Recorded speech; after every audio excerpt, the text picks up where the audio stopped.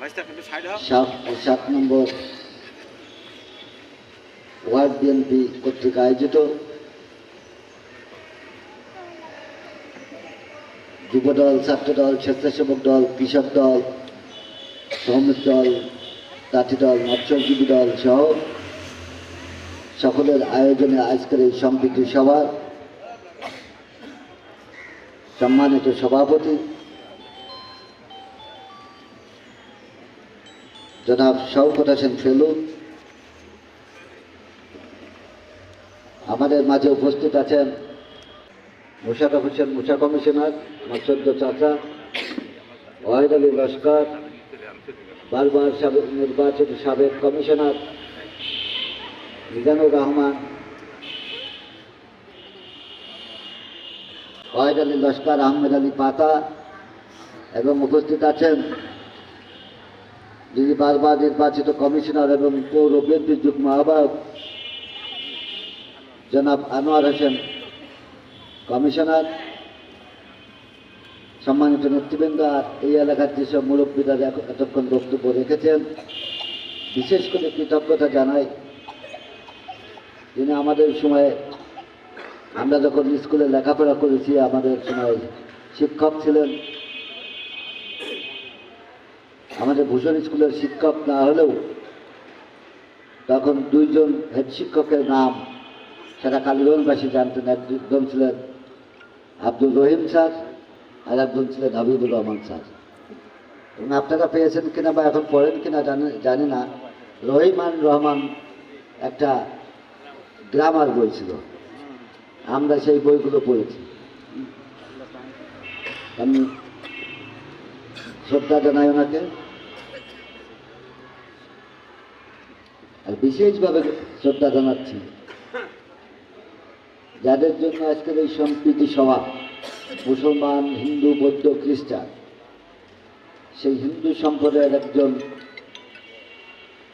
প্রবীণ এবং জ্ঞানী ব্যক্তিত্ব, যিনি পূজা উদযাপন কমিটির সেক্রেটারি ছিলেন, হিন্দু মহাজোটের সভাপতি এবং হিন্দু সম্প্রদায়ের উন্নয়নের জন্য তিনি সবসময় কাজ করে থাকেন। তিনি সাম্প্রদায়িক সম্প্রীতির ঊর্ধ্বে,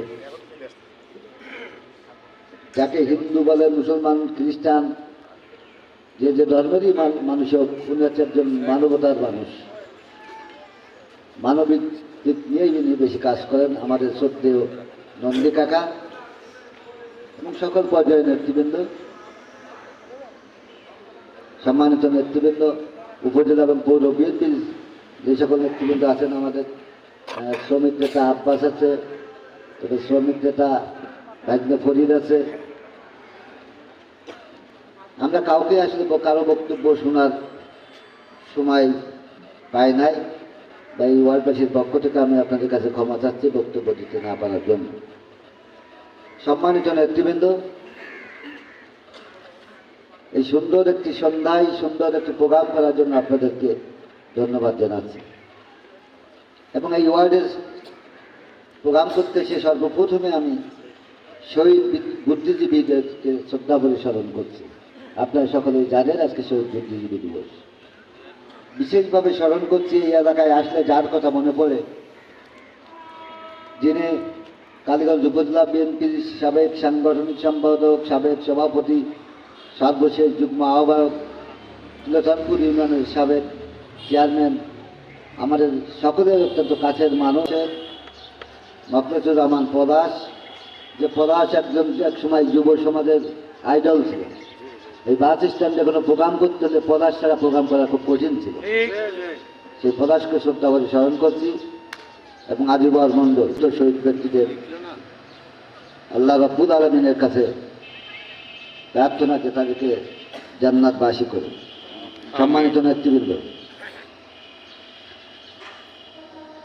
বক্তব্য মঞ্চে অনেক বক্তব্য দিয়েছি, মঞ্চে অনেক বক্তব্য আমরা সবাই দিই। আজকে আসলে মঞ্চের বক্তৃতা দেওয়ার জন্য আমি এখানে আসিনি, জাস্ট আপনাদের সাথে মত বিনিময় করতে এসেছি। 5ই আগস্টের পর সারা বাংলাদেশের চিত্র এবং 5ই আগস্টের পূর্বে অর্থাৎ 4 আগস্ট সকাল পর্যন্ত বাংলাদেশের যে চিত্র ছিল, এই 5ই আগস্ট 12টা পর্যন্ত আমরা একটা আতঙ্কিত ছিলাম। বিশেষ করে কালীগঞ্জের এই এলাকার মানুষ, এই 7 নম্বর ওয়ার্ডের মানুষ বিনা ভোটে জোর করে জনপ্রতিনিধি নির্বাচিত হয়েছে। অর্থাৎ একজন চাঁদাবাজ, একজন মাদক ব্যবসায়ী, চোরাকার বাড়ি, তারাও আপনাদেরকে নেতৃত্ব দিয়েছে। সেই এলাকায় আমি বা আমরা সবাই মিলে দীর্ঘ বছর পর আমরা আজকে এখানে কথা বলতে পেরেছি। এই স্কুল মাঠে আমরা কথা বলতে পেরেছি। আমি আপনাদের কাছে প্রতিশ্রুতি দিতে পারি, আপনারা যদি আমাদেরকে সহযোগিতা করেন, আমাকে সহযোগিতা করেন, তাহলেই শুধু সম্ভব এই এলাকা মাদক মুক্ত করা। এবং সেটা আপনি এবং আপনার গার্জিয়ানের আমরা দেখেছি, নিজের সন্তান যখন এই সমস্ত অপকর্মে জড়িত থাকে তাদেরকে নিজে হাতে পুলিশে সোপর্দ করার পত্রপত্রিকায় আমরা দেখেছি। যদি আপনারা সেটা করতে পারেন তাহলে আমরা রাজনৈতিক কর্মী হিসেবে আপনাদের সার্বিক সহযোগিতা করতে পারব। কিন্তু আপনারা যদি শুধু মাইকেই বলেন নেতারা সব করে দিবে, তাহলে কোনো দিনও সম্ভব হবে না। আমি অত্যন্ত দুঃখ কণ্ঠে বলতে চাই, 5ই আগস্টের পর এই এলাকার উপজেলা চেয়ারম্যান যে পলাতক পালিয়ে গিয়েছিল, তাকেও কিন্তু আপনাদের এই এলাকার মানুষের সহযোগিতায়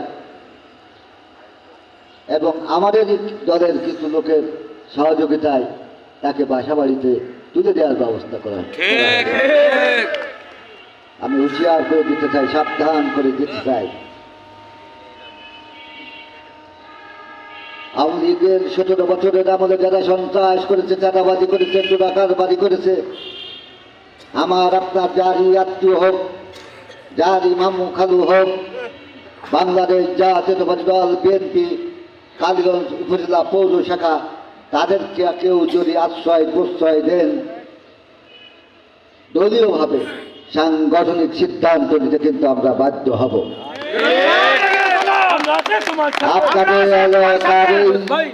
আপনাদের এলাকার এই সমস্ত মাদক চোরাকারবারিদেরকে আপনাদেরকে তুলে দিতে হবে প্রশাসনের হাতে। আপনাদের কিন্তু এখন আর ভয়ের দিন নাই। এখন যদি ভয় ভীত সন্তুষ্ট থাকেন এই সমস্ত সন্ত্রাসী মাদক ব্যবসায়ীদের কারণে, তাহলে কেন আমাদের এই ছাত্ররা, আমাদের বিএনপি দলীয় অনেক নেতাকর্মী 5ই আগস্ট পর্যন্ত নির্বিচারে গুলি খেয়ে মৃত্যুর শিকার হলো? তাহলে তাদের রক্তের সেটা আমাদের বেইমানি করা হবে। তাই আসুন আপনারা সবাই মিলে তাদেরকে প্রতিরোধ করুন, প্রতিহত করুন। পরবর্তী প্রজন্মের জন্য তারা এখনো সাহস করে এলাকায় আছে, তার কারণ তাদের সেই অবৈধ ব্যবসা, যারা মাঠে কাজ করত, নেতৃত্বে তারা ঠিকই আছে, শুধু হাত বদল করে আমার আপনাদের আশ্রয় প্রশ্রয় নিচ্ছে। আপনাদেরকে এটা খেয়াল রাখতে হবে, আপনাদেরকে সাবধান হতে হবে। আপনারা যদি না পারেন তাহলে ওই বলদেপাড়া থেকে, ব্রিজের ওপার থেকে, পাশে রিসেল বা কাশীপুর থেকে এসে যদি এটা দমন করতে হয়, তখন আপনারাই আবার বলবেন যে আমরা এলাকার মানুষ আছে, আপনারা কেন আসছেন? আমাদের কাছে কিন্তু ডকুমেন্টস আছে কারা কারা এখনো এই সমস্ত অপকর্মের সাথে জড়িত। পুলিশ, র্যাব, যৌথ বাহিনী সকল তথ্য উপাত্ত তাদের কাছে আছে। তারা কিন্তু শুধু প্রয়োজনে আস্তে আস্তে এদের বিরুদ্ধে অ্যাকশন নেয় এবং অ্যাকশন নিচ্ছে বিভিন্ন জায়গায়, আপনারা দেখছেন। তখন কিন্তু আমাদের কাছে এসে যে আমার কর্মী, আমার ছেলে, তাদেরকে আপনারা একটু বাঁচান, থানা থেকে ছাড়িয়ে দেন, মামলা যেন মাদকের না দেয়, এই সমস্ত তদবির আপনারা করতে পারবেন না। সম্মানিত এই এলাকার মুসলমান হিন্দু সম্প্রদায়ের যে সকল মানুষ যুগ যুগ ধরে শত শত বছর ধরে এই এলাকায় সবাই ঐক্যে একই বাড়িতে একই বিদ্যালয়ে লেখাপড়া করে আপনাদের নেতা তারেক রহমানকে ক্ষমতায় বসাতে পারবেন না। আর যদি বিএনপি ক্ষমতায় না আসতে পারে, সব থেকে বেশি ক্ষতিগ্রস্ত কিন্তু আপনারা হবেন, আপনাদের পরিবার হবে। যে দুঃশাসন 17 বছর গেছে, সেই দুঃশাসনের কারণে শেখ হাসিনা বাংলাদেশ থেকে এক কাপড়ে পালিয়ে যেতে বাধ্য হয়েছে ইন্ডিয়াতে। আপনারা জানেন যে ইন্ডিয়া তাদের কি বন্ধু, কত বড় বন্ধু, যে ইন্ডিয়াতে আমাদের এই কালীগঞ্জ ঝিনাইদহ 4 আসনের সাবেক একজন সংসদ সদস্য, সে জনগণের ভোটে নির্বাচিত হোক আর না হোক, সংসদীয় আসনে ছিলেন, তাকে হত্যা করা হলো ইন্ডিয়াতে। তার লাশটুকু পর্যন্ত তার পরিবার ফিরে পায় নাই। বিচার পর্যন্ত এখনো পর্যন্ত শুরু হয় নাই, পায় নাই। বাংলাদেশে কোনো বিচারের আওতায় আনতে পারে নাই, কাউকে আসামি করতে পারে নাই। ইন্ডিয়াতে সেই লাশটা ফেরত দেওয়ার জন্য কূটনৈতিক যে সম্পর্ক দাবি, সেটাও করতে পারে নাই, করে নাই। তার মানে ইন্ডিয়া তাদের কত কাছের, কত আপনজন। একজন মন্ত্রী তো বলেই ফেলেছিলেন স্বামী স্ত্রীর সম্পর্ক। আমরা কোনো ধর্মের ভিত্তিতে ইন্ডিয়ার বিরোধিতা করতে পারি না, আমরা বিরোধিতা করব অন্যায়ের বিরুদ্ধে। তারা যদি অন্যায় করে, তাহলে আমরা 71-এ যেমন পাকিস্তানের বিরুদ্ধে অস্ত্র হাতে যুদ্ধ করেছিল আমাদের পূর্বপুরুষেরা, বর্তমান প্রজন্মও কিন্তু তাদের বিরুদ্ধে অস্ত্র হাতে নিতেও দ্বিধাবোধ করবে না। তাই আসুন, এই যুব সমাজকে ভারত কিভাবে আমাদেরকে শোষণ করে, শাসন করে, এবং আওয়ামী লীগ নামক একটি সংগঠনকে তারা নিজের সংগঠন মনে করত, কারণ তার কারণে তারা আমাদের দেশের সমস্ত কিছু বিনা কারণে, বিনা শুল্কে তাদেরকে দিয়ে দেওয়া হতো। আমরা জানেন এই বেনাপোল থেকে লাঙ্গলবাগ পর্যন্ত একটি রাস্তার প্রকল্প করেছে, রাস্তার কাজ শুরু করেছিল। তাদের বাংলাবাগ পর্যন্ত তাদের মালামাল আমাদের দেশের ভিতর দিয়ে তাদের আর একটা অঙ্গরাজ্যে যাবে, বিনা পয়সায়, বিনা ট্যাক্সে তারা যাবে। অথচ আপনি এখান থেকে ঝিনাইদহ যাবেন, আপনারও কিন্তু একটা ট্যাক্স আছে। আমরা এই বাংলাদেশে এই ধরনের স্বার্থবাদী স্বৈরশাসক ক্ষমতায় থাকার জন্য বাংলাদেশ আওয়ামী লীগ নামক কোন সংগঠন ভবিষ্যতে এই দেশে থাকবে না।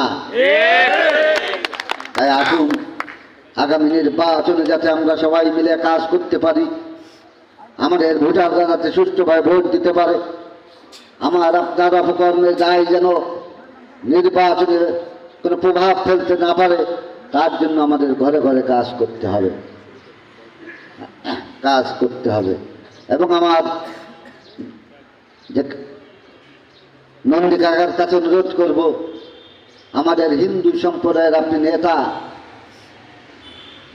জেলা নেতা, কালীগঞ্জের নেতা, পূজা উদযাপন কমিটির নেতা, আপনি বলেছেন আগামী নির্বাচনে আমাদের সাথে সাথে কালীগঞ্জে আপনি কাজ করবেন।